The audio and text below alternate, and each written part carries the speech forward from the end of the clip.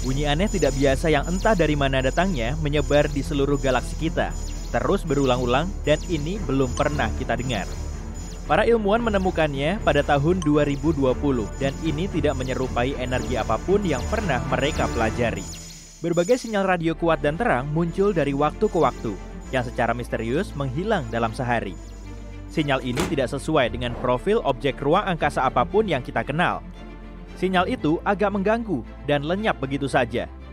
Saat para ilmuwan mencoba mencocokkannya dengan beberapa teleskop lain, sinyal itu menghilang. Bintang-bintang bermassa rendah terkadang menyala dengan energi radio, tapi bukan, karena sebagian besar bintang-bintang ini disertai sinar X. Bintang-bintang sangat padat yang kolaps seperti pulsar dan magnetar juga bukan pilihan. Solusi terdekat yang mereka punya adalah kelas objek misterius yang kita kenal sebagai Galactic Center Radio Source. Ini adalah sumber sinyal radio yang menjadi terang dan bersinar dengan cepat. Sinyal itu rusak di dekat pusat galaksi kita dan bisa membantu mengungkap misteri alam semesta. Kalau kamu punya mobil terbang yang bisa naik dengan kecepatan 95 km per jam, kamu cuma butuh 1 jam untuk memasuki ruang angkasa. Bulan agak lebih jauh, yakni 400.000 km, sekitar 10 kali keliling planet kita. Itu artinya, perjalanan ke bulan akan seperti perjalanan keliling bola bumi 10 kali berturut-turut, yang akan makan waktu kurang dari 6 bulan. Perjalanan ke Pluto akan butuh waktu lebih dari 800 tahun. Proxima b adalah tetangga terdekat kita yang mirip bumi. Ini adalah dunia kecil berbatu yang mengorbit bintang terdekat dengan matahari kita. Eksoplanet ini mengorbit zona layak huni bintang ini, yaitu suatu area yang cukup jauh dari bintang apapun hingga memiliki kondisi sedang. Tidak terlalu dingin atau terlalu panas bagi keberadaan air dalam keadaan cair, paling tidak secara hipotesis. Jika kamu mencoba pergi ke Proxima b dengan kecepatan roket bulan Apollo, yaitu 40.200 km per jam, kamu butuh waktu 112.000 tahun untuk sampai di sana.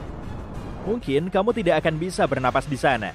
Tak ada yang tahu apakah Proxima b punya atmosfer.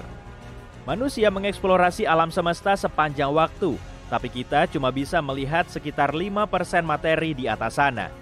Dan Albert Einstein adalah orang pertama yang menyadari ruang angkasa hampa sebetulnya tidak kosong. Sisanya yang tidak bisa dilihat sebenarnya terdiri dari materi tak kasat mata, yang dikenal sebagai materi gelap, sekitar 27%, dipadukan dengan sesuatu yang disebut energi gelap sebanyak 68%. Jika kamu coba menuang air di ruang angkasa, tentu saja di luar pesawat ruang angkasa, air akan segera mendidih atau menguap. Itu karena tidak adanya udara atau tekanan udara di ruang angkasa. Ketika tekanan udara turun, suhu yang biasanya kamu butuhkan untuk mendidihkan air juga turun. Dengan begitu, air jauh lebih cepat mendidih di puncak gunung daripada, misalnya, di permukaan laut. Di angkasa luar tidak ada tekanan udara, sehingga air bisa mendidih pada suhu yang sangat rendah.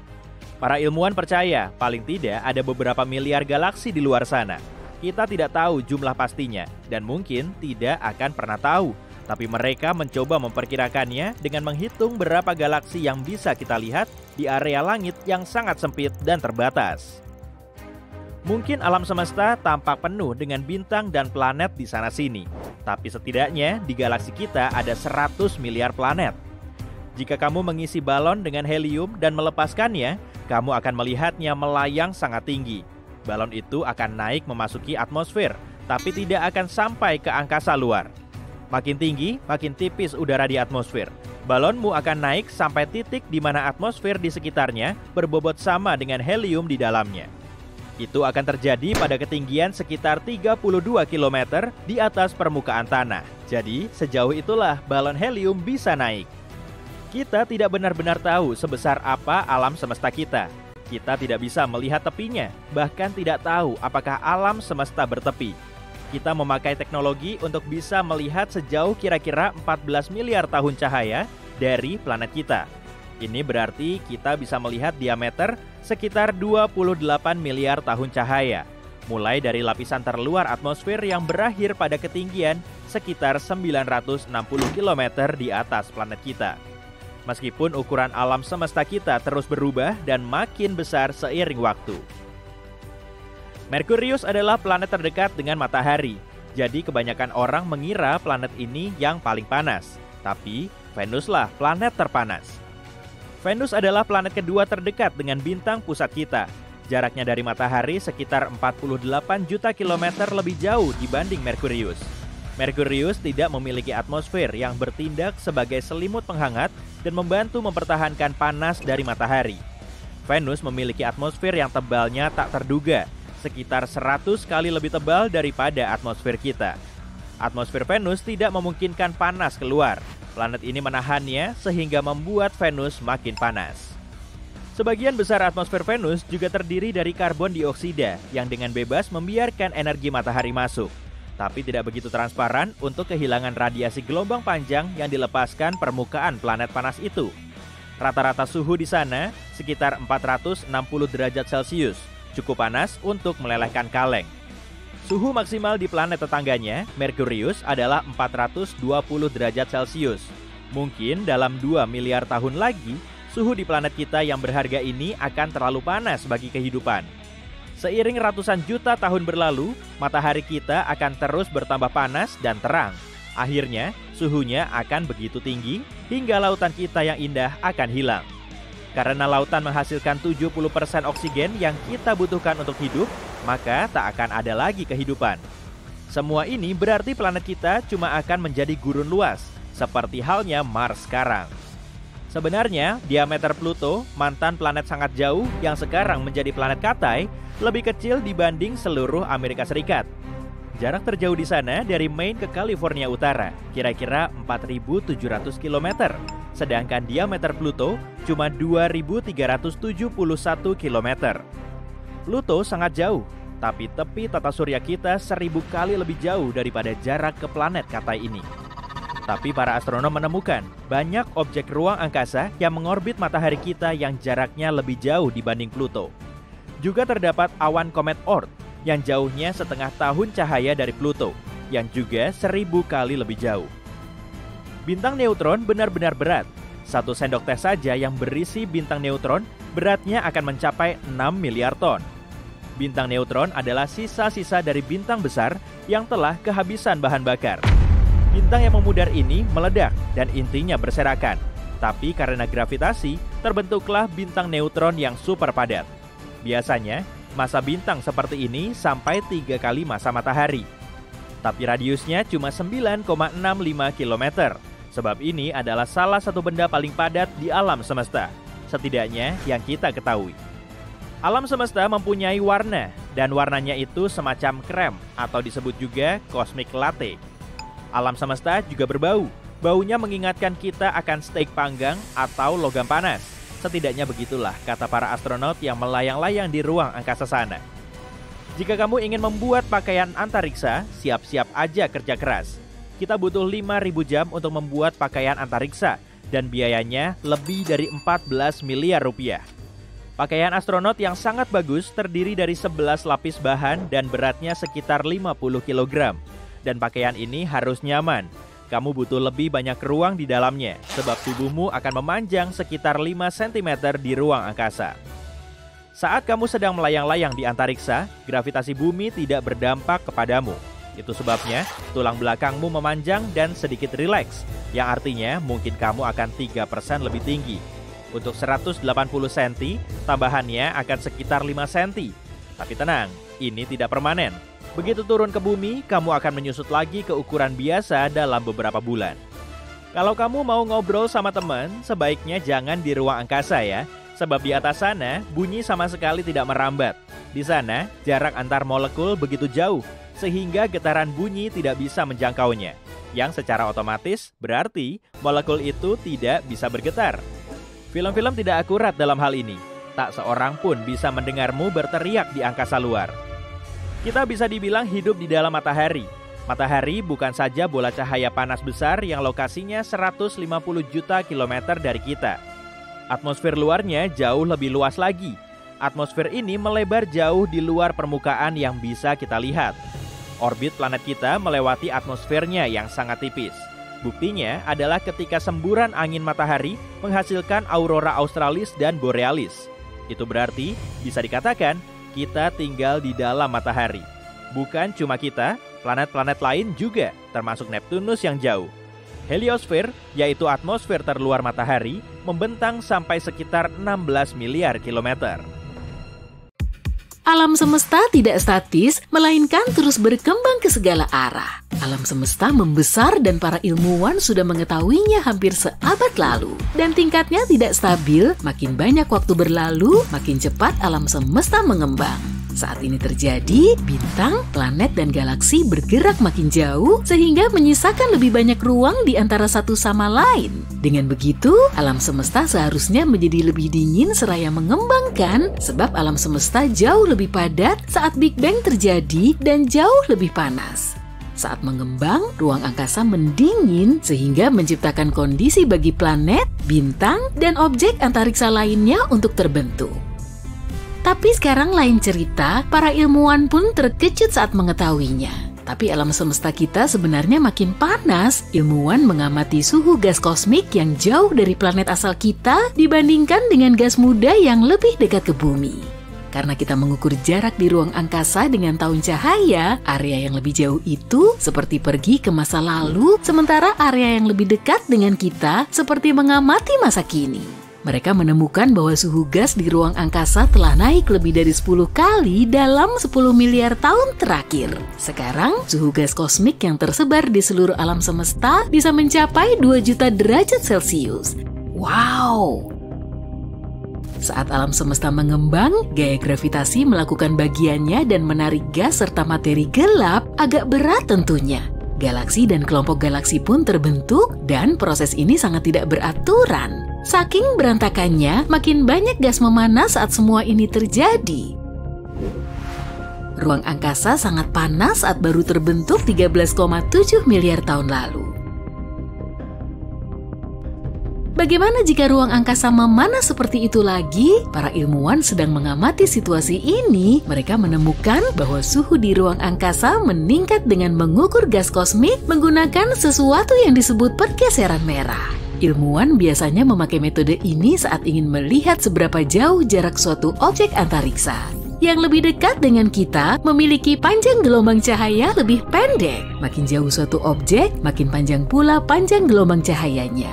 Dan mereka sekarang bisa menentukan suhu objek tertentu dari cahayanya.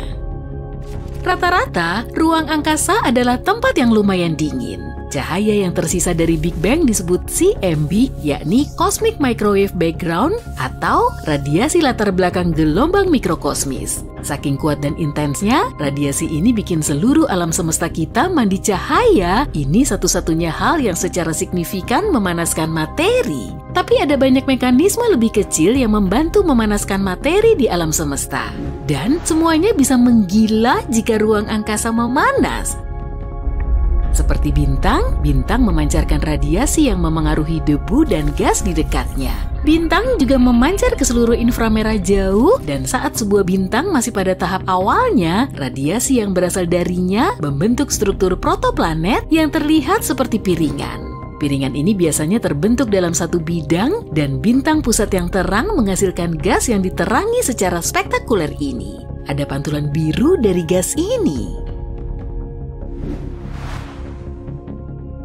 Sama seperti sistem planet kita, energi yang kuat dan gaya gravitasi menyebabkan tabrakan, debu, dan gas dalam pusaran tak terkendali yang membentuk planet. Itu sebabnya, sebagian besar planet di tata surya kita mengorbit ke arah yang sama. Begitulah arah pusaran raksasa ini berputar sejak dulu. Bintang aktif, galaksi yang bertabrakan, bencana alam bintang, lubang hitam, bintang neutron, alam semesta punya begitu banyak sumber energi. Dan saat kita mengelilingi materi normal di ruang angkasa dengan lingkungan energik seperti ini, ruang angkasa pun memanas secara drastis. Saat kita memanaskan sesuatu, energinya terpancar dengan cara tertentu. Dalam kebanyakan kasus, galaksi hanya punya beberapa area tempat bintang terbentuk di area tempat gas kolaps. Gelembung yang mengelilingi area itu mengandung hidrogen terionisasi. 3/4 dari matahari kita adalah hidrogen. Berkat hidrogen itu, matahari membuat kita tetap hangat. Di intinya, hidrogen berubah menjadi helium dan menyebabkan fusi atom. Yap, begitulah cara matahari melepaskan energinya. Radiasi memanaskan semua gas itu hingga beribu-ribu derajat. Pada saat yang sama, radiasi mengionisasi sebagian besar atom dan molekul yang pada dasarnya berarti mengubahnya menjadi ion. Atom adalah partikel netral dan ion adalah partikel bermuatan negatif atau positif. Jika alam semesta memanas, matahari kita mungkin juga ikut memanas. Jika suhunya mencapai 30 derajat Celcius, matahari bisa cukup panas untuk mengionisasi semua material yang sebelumnya dikeluarkannya. Dan itu bisa menciptakan nebula planet. Ini akan menjadi nebula berbentuk cincin, terbentuk karena gas mengembang yang mengelilingi bintang yang menua. Saat suhu naik seiring berjalannya waktu, hidrogen terionisasi. Pada suhu beberapa ribu derajat, ini bisa mengubah nebula di tata surya kita menjadi warna pink dengan garis emisi. Matahari kita bisa mati jika mencapai suhu 50.000 derajat Celcius. Jika kamu bisa melayang di ruang angkasa dan mendekat, kamu akan melihatnya bersinar dalam rona hijau menakutkan karena oksigen yang terionisasi 2 kali.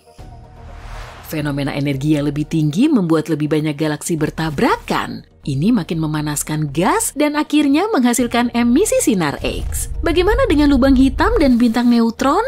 Saat tak terkendali, keduanya bisa membentuk galaksi baru dan entah apa lagi. Mungkin kita akan punya lebih banyak maser juga. Maser adalah laser alami yang dihasilkan alam semesta kita. Muncul saat populasi besar molekul menerima sejumlah besar energi. Kini, para ilmuwan telah menemukan maser terkuat sekaligus terjauh hingga begitu kuatnya, maser ini lebih cerah dibanding cahaya yang dihasilkan 6.000 matahari dan hanya dalam 1 garis emisi. Mungkin saat itu kita akan menemukan maser yang lebih kuat, itu pun kalau kita masih ada di sini ya, karena saat alam semesta makin panas, radiasi kosmik juga makin kuat. Dan itu kurang bersahabat untuk kehidupan di bumi. Peningkatan radiasi kosmik bisa membahayakan kita, tak ada yang tahu apakah kehidupan masih akan tersisa di bumi jika itu terjadi. Atau apakah gaya gravitasi yang kuat akan menarik planet kita juga dan menabrakannya ke planet lain. Tapi mungkin kehidupan seperti yang kita tahu tak akan sepenuhnya hilang, atau jika itu terjadi, entah bagaimana kehidupan bisa menemukan jalannya sekali lagi, mungkin di masa depan yang jauh. Ada kemungkinan alam semesta kita bisa menopang kehidupan pada tahap awal. Mungkin kamu pesimis ketika membayangkan kekacauan yang disebabkan oleh Big Bang, tapi itu cuma di awalnya. Setelah keadaan sedikit tenang, sisa-sisa bintang besar yang paling awal membentuk planet berbatu. Di tata surya kita, Bumi, Mars, Merkurius, dan Venus adalah contohnya. Kamu tak bisa menginjakan kaki di planet yang lain karena planet-planet itu raksasa gas. Pada masa itu, radiasi masih lumayan kuat, jadi planet berbatu memiliki lingkungan yang memadai untuk terbentuk karena dibutuhkan banyak energi untuk pusaran debu dan partikel, lalu memanggang sebuah planet pada akhirnya. Periode waktu ini kira-kira bertepatan dengan momen ketika bintang-bintang pertama terbentuk di alam semesta kita. Bintang kuno jauh lebih besar dibanding matahari kita, namun umurnya lebih pendek. Bintang-bintang itu baru saja meledak sebagai supernova dan akan meninggalkan logam berat di sekitarnya. Itulah partikel-partikel asal mula planet berbatu. Radiasi menyebar ke seluruh alam semesta pada saat itu dan telah berubah dari waktu ke waktu dan kini hampir tidak ada lagi. 400.000 tahun setelah Big Bang saat atom hidrogen terbentuk, CMB hampir sepanas permukaan matahari. Dan sekitar 15 juta tahun, badai debu di Mars benar-benar bisa sangat parah. Badai ini berembus cepat di belahan bumi selatan planet merah, terutama pada musim panas. Badai ini bisa membesar hingga mencakup area yang luas seperti yang terjadi pada Januari 2022. Saat itu, badai debu menutupi hampir 2 kalinya luas wilayah Amerika Serikat. Mungkinkah hal ini yang menyebabkan hilangnya salah satu robot yang kita kirim ke Mars? Atmosfer dan iklim di Mars sangat tidak ramah. Sebagian besarnya merupakan gurun dengan angin kencang dan suhu rata-rata minus 63 derajat Celcius, yang turun ke minus 140 derajat Celcius di kutubnya selama musim dingin. Sebuah pendarat perlu dilengkapi secara khusus dan dibuat sangat kuat untuk bertahan di kondisi seperti itu. Namun, para peneliti berpikir Beagle 2 mampu menempuh perjalanan sulit ke planet merah ini. 2 Juni 2003, sebuah tim peneliti menyiapkan salah satu robot perintis mereka yang akan dikirim ke luar angkasa. Itu adalah wahana pendarat kecil bernama Beagle 2. Misinya adalah mendarat di Mars dan mencari apa yang telah dicari dunia selama beberapa dekade ini, kehidupan di planet merah. Beagle 2 dijadwalkan sampai pada 25 Desember, tapi sinyalnya tak kunjung datang. Tim pun mencoba menghubungi pesawat antariksa itu, tapi pada akhirnya mereka harus menerima bahwa mereka tak akan bisa menghubunginya. Beberapa orang menganggap pendaratan itu terlalu sulit dan rumit, jadi pendarat itu rusak. Tapi mereka tak menemukan kesalahan teknis apapun. Yang lain berteori, pendarat itu mungkin terjerat parasutnya sendiri dan jatuh ke permukaan Mars. Mau yang manapun, Beagle 2 dianggap hilang. Namun, pada tahun 2015, NASA memotret sesuatu yang mungkin adalah sisa-sisa pendarat hilang itu. Bukan cuma puing-puing hancur, komponennya benar-benar terlihat utuh. Bangkai pendarat ini tergeletak bersama panel surya yang sudah sebagian terbuka sekitar 5 km dari lokasi tempat pendaratan semestinya. Rupanya, Beagle 2 berhasil mendarat, tapi antena radionya terhalang. Makanya, para peneliti tidak bisa mengendalikannya dari bumi atau berkomunikasi dengannya. Tapi tak ada yang tahu persis kenapa itu terjadi. Apa kamu pernah dengar soal wajah yang ada di Mars? Pada tahun 1970-an, salah satu pesawat antariksa NASA mengambil foto ikonis permukaan Mars yang menunjukkan formasi mirip wajah, seperti yang kamu lihat di bagian atas foto ini. Kalau imajinasimu tinggi, kamu bisa dengan mudah melihat hidung, dua mata, mulut, dan tatanan rambut yang agak unik. Beberapa bahkan mengira itu adalah monumen yang dibangun di planet merah oleh peradaban lain. Gimana dengan hal unik lainnya yang ditemukan orang-orang di Mars? Seperti kawah wajah bahagia. Kamu bisa lihat kenapa tempat ini dijuluki demikian. Atau batu dalam bentuk pancake, Brachiosaurus, atau ikan. Mars juga punya pulau berbentuk waffle di permukaannya. Ini adalah fitur selebar 2 km yang bisa kamu lihat di area aliran lava. Mungkin ini disebabkan oleh lava yang mendorong formasi ini dari bawah. Tampaknya, para astronom juga mendapatkan beberapa foto bukit pasir biru. Ini adalah lautan bukit pasir gelap menakjubkan yang diukir oleh angin kencang menjadi garis panjang. Bukit ini mengelilingi tudung kutub utara planet itu dan mencakup wilayah seluas Texas. Planet merah biasanya dikenal dengan bukit pasirnya yang berwarna coklat, jadi yang satu ini tentu mengejutkan. Namun, nyatanya bukit ini nggak benar-benar biru.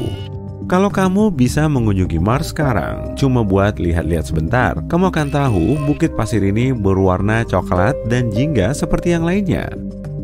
Foto itu adalah foto dengan warna palsu. Para ilmuwan sering menggunakan warna palsu untuk menyoroti perbedaan dalam sesuatu. Misalnya, di sini perbedaan kedalaman. Selain itu, lembah terbesar di Mars sangatlah besar sehingga bisa memakan Grand Canyon kita untuk sarapan. Ini merupakan sistem ngarai menakjubkan sepanjang 4.000 km yang disebut Via Marineris dan panjangnya 10 kali lipat Grand Canyon. Kalau kamu bisa merentangkan ngarai Mars ini, panjangnya akan membentang dari pantai barat ke timur di Amerika Serikat. Karena Mars nggak punya lempeng tektonik aktif, nggak ada yang tahu pasti bagaimana ngarai ini terbentuk. Satu teori mengatakan, rantai gunung berapi yang terletak di sisi lain Mars, yang ada Olympus Mons-nya, menggeser kerak planet ini dari sisi berlawanan. Kekuatan yang kuat ini menyebabkan retakan di kerak Mars serta mengaktifkan sejumlah besar air yang terletak di bawah permukaan. Air ini kemudian muncul dan mengukir batu itu. Kekuatannya juga mengaktifkan gletser, dan ini mungkin menciptakan jalur baru dalam sistem ngarai raksasa itu. Gunung berapi di permukaan Mars mungkin sudah meletus sekitar 50.000 tahun lalu, meski letusan terkuatnya terjadi 3-4 miliar tahun lalu. Tapi planet ini tidak punya gunung berapi aktif saat ini. Sebagian besar panas yang tersimpan di bagian dalamnya selama pembentukan planet telah hilang. Jadi, sekarang kerak luar Mars terlalu tebal untuk batuan cair bisa mencapai permukaan. Namun dahulu kala, letusan tersebut membentuk gunung berapi raksasa. Dan gunung berapi ini kemungkinan besar memiliki peran penting dalam mencairkan endapan es yang melepaskan banjir ke permukaan Mars. Mars memiliki atmosfer tipis dengan volume gas yang kebanyakannya karbon dioksida, kurang dari 1% volumenya bumi. Tapi 4 miliar tahun lalu, kondisinya jauh lebih hangat dan lembab. Atmosfernya pasti lebih tebal juga saat itu. Itu sebabnya efek rumah kaca yang kuat bisa terbentuk dan menjebak sinar matahari. Mars juga punya medan magnet yang kuat, mirip dengan bumi. Medan magnet Mars terbentuk karena arus logam cair di inti planet. Tapi nggak kayak planet rumah kita. Mars kehilangan medan magnetnya setelah intinya mendingin. Dan tanpa medan magnet itu, planet ini nggak punya perlindungan dari angin surya yang merupakan aliran partikel bermuatan yang mengalir dari matahari. Angin surya menarik sebagian besar atmosfer Mars hanya dalam beberapa ratus juta tahun, kira-kira. Inilah yang membuat badai debu Mars dahsyat tadi menjadi makin hebat. Mars punya sejarah yang menarik. Dilihat dari gletser planet ini, Mars mungkin telah melewati beberapa zaman es sama seperti bumi. Sebuah tim peneliti sudah memotret sekitar 60.000 batuan Mars. Bebatuan ini punya banyak ukuran dan tersebar secara acak, yang artinya mungkin terbentuk selama zaman es berbeda. Gletser juga menyembunyikan ceritanya sendiri. Siapa yang tahu jenis gas, batu, atau bahkan mikrob apa yang mungkin terperangkap di dalamnya? Nah, kalau kamu bisa masuk ke mesin waktu dan mundur ke 4 miliar tahun lalu di Mars, tentunya kemungkinan besar kamu akan melihat pemandangan banjir yang spektakuler. Mungkin ada bentuk kehidupan di permukaan planet ini saat itu. Benturan meteorit kuat yang membentuk kawah gel planet merah ini bisa menjadi sesuatu yang memicu banjir bandang itu. Setelah benturan itu, suhu di planet ini menjadi sangat panas. Hal ini menyebabkan mencairnya semua es yang tersimpan di permukaan Mars pada saat itu. Banjir itu begitu besar hingga mengubah struktur geologis permukaan planet ini. Banjir itu mengukir riak besar serta gelombang di batuan sedimen. Selagi membahas air, diketahui ada uap yang keluar dari atmosfer Mars. Selain itu, para peneliti telah menemukan beberapa bukti air yang mengalir di permukaan Mars. Ada garis-garis gelap di tanahnya. Garis ini terlihat membesar pada musim panas dan menyusut pada musim dingin. Ada banyak lembah kering dan jalur sungai di planet ini. Mungkin saja air cair pernah mengalir di sana. Sekarang, sebagian besar air ini mungkin terkurung di lapisan es atau bahkan tersembunyi di bawah permukaan. Makin banyak hal yang mengisyaratkan bahwa Mars dulunya layak huni. Mars adalah satu-satunya planet yang kita ketahui dihuni robot hidup. 5 wahana penjelajah kita adalah penduduk Mars saat ini. Ada Perseverance, Opportunity, Spirit, Sojourner, dan Curiosity. Robot-robot ini ada di sana untuk mengambil foto, sampel tanah, serta udara, dan bahkan menemukan kehidupan di planet merah. Dan kelak, kita mungkin bertemu lagi dengan mereka di Mars. Siapa tahu? Oh ya, kalau kamu benar-benar bisa masuk ke mesin waktu dan mampir ke 4 miliar tahun lalu di Mars, aku mau beliin kamu makan siang sambil membahasnya. Aku yang traktir deh.